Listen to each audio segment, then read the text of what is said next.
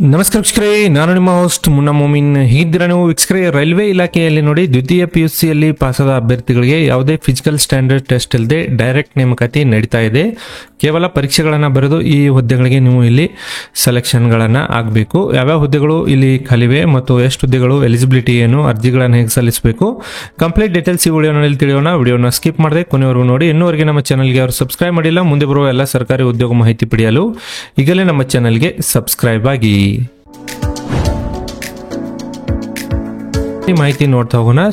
Government of India ministry of railway ವತಿಯಿಂದ railway recruitment board ವತಿಯಿಂದ ನೋಡಿ ಅರ್ಜಿಗಳನ್ನು ಇಲ್ಲಿ ಕರೆದಿದ್ದಾರೆ. Recruitment for various post of non technical popular category under graduate ಹುದ್ದೆಗಳ ಒಂದು ನೇಮಕಾತಿ ಇಲ್ಲಿ ನಡೀತಾ ಇದೆ.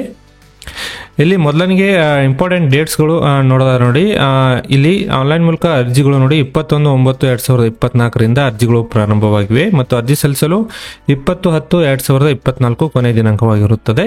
ಇಂಟ್ರೆಸ್ಟ್ ಇದ್ದವರು ನಮ್ಮ ವಾಟ್ಸಪ್ ನಂಬರ್ಗೆ ಡಾಕ್ಯುಮೆಂಟ್ಗಳನ್ನು ಶೇರ್ ಮಾಡಿ ನೀವು ಅರ್ಜಿಗಳನ್ನು ಕೂಡ ಇಲ್ಲಿ ಸಲ್ಲಿಸಲು ತಮಗೆ ಅವಕಾಶವನ್ನು ನಾವು ಕೊಡ್ತಾ ಇದ್ದೀವಿ. ಇಂಟ್ರೆಸ್ಟ್ ಇದ್ದವರು ನೀವು ಅರ್ಜಿಗಳನ್ನು ಸಲ್ಲಿಸಬಹುದು. ಅದೇ ರೀತಿ ಇಲ್ಲಿ ಹುದ್ದೆಗಳ ವಿವರ ನೋಡೋದಾದರೆ ನೋಡಿ, ಮೊದಲನಿಗೆ ಇಲ್ಲಿ ಹುದ್ದೆಗಳು ನೋಡಿ, ಕಮರ್ಷಿಯಲ್ ಕಮ್ ಟಿಕೆಟ್ ಕ್ಲರ್ಕ್ ಹುದ್ದೆಗಳಿಗೆ ಅರ್ಜಿಗಳನ್ನು ಕರೆದಿದ್ದು ಇಲ್ಲಿ 2022 ಹುದ್ದೆಗಳು ಖಾಲಿವೆ.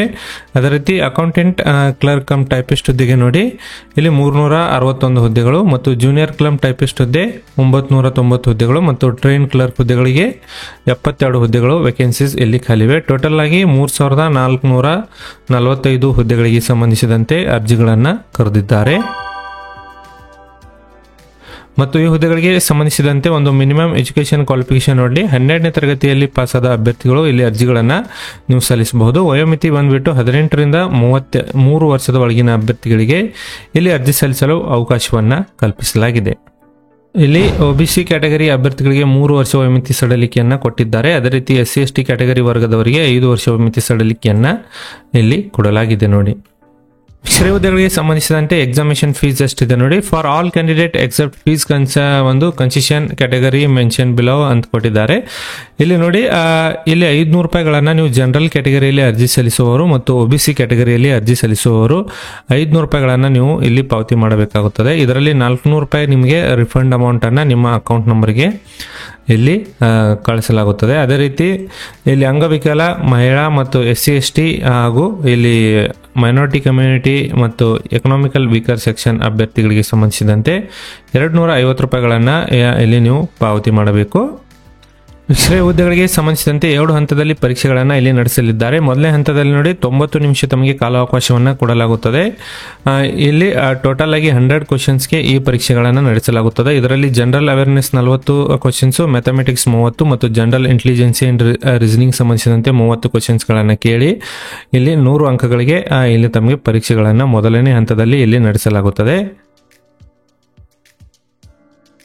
ಮೊದಲನೇ ಹಂತದಲ್ಲಿ ಪಾಸಾದ ಅಭ್ಯರ್ಥಿಗಳಿಗೆ ದ್ವಿತೀಯ ಹಂತದಲ್ಲಿ ಒಂದು ಪರೀಕ್ಷೆಗಳನ್ನು ನಡೆಸಲಾಗುತ್ತದೆ ನೋಡಿ. ಇಲ್ಲಿ ಟೋಟಲ್ ಆಗಿ 2ನೇ ಹಂತದಲ್ಲಿ 120 ಕ್ವಶನ್ಸ್ಗಳಿಗೆ ಪರೀಕ್ಷೆಗಳನ್ನು ನಡೆಸಲಿದ್ದು ಟೋಟಲ್ ಆಗಿ 90 ನಿಮಿಷ ಇಲ್ಲಿ ತಮಗೆ ಕಾಲಾವಕಾಶ. ಇದರಲ್ಲಿ ಜನರಲ್ ಅವೇರ್ನೆಸ್ ಸಂಬಂಧಿಸಿದಂತೆ 50 ಕ್ವಶನ್ಸು, ಮ್ಯಾಥಮೆಟಿಕ್ಸ್ಗೆ ಸಂಬಂಧಿಸಿದಂತೆ 35 ಮತ್ತು ಜನರಲ್ ಇಂಟೆಲಿಜೆನ್ಸಿ ಅಂಡ್ ರೀಸನಿಂಗ್ ಸಂಬಂಧಿಸಿದಂತೆ 35 ಕ್ವಶನ್ಸ್ಗಳಿಗೆ ಇಲ್ಲಿ ಒಂದು ಕ್ವಶನ್ಸ್ಗಳನ್ನು ಕೇಳಲಾಗುತ್ತದೆ. 2 ಹಂತದಲ್ಲಿ ಪಾಸಾದ ಅಭ್ಯರ್ಥಿಗಳಿಗೆ ಡೈರೆಕ್ಟ್ ಇಲ್ಲಿ ಸೆಲೆಕ್ಷನ್ ಮಾಡಿಕೊಳ್ಳಲಾಗುತ್ತದೆ.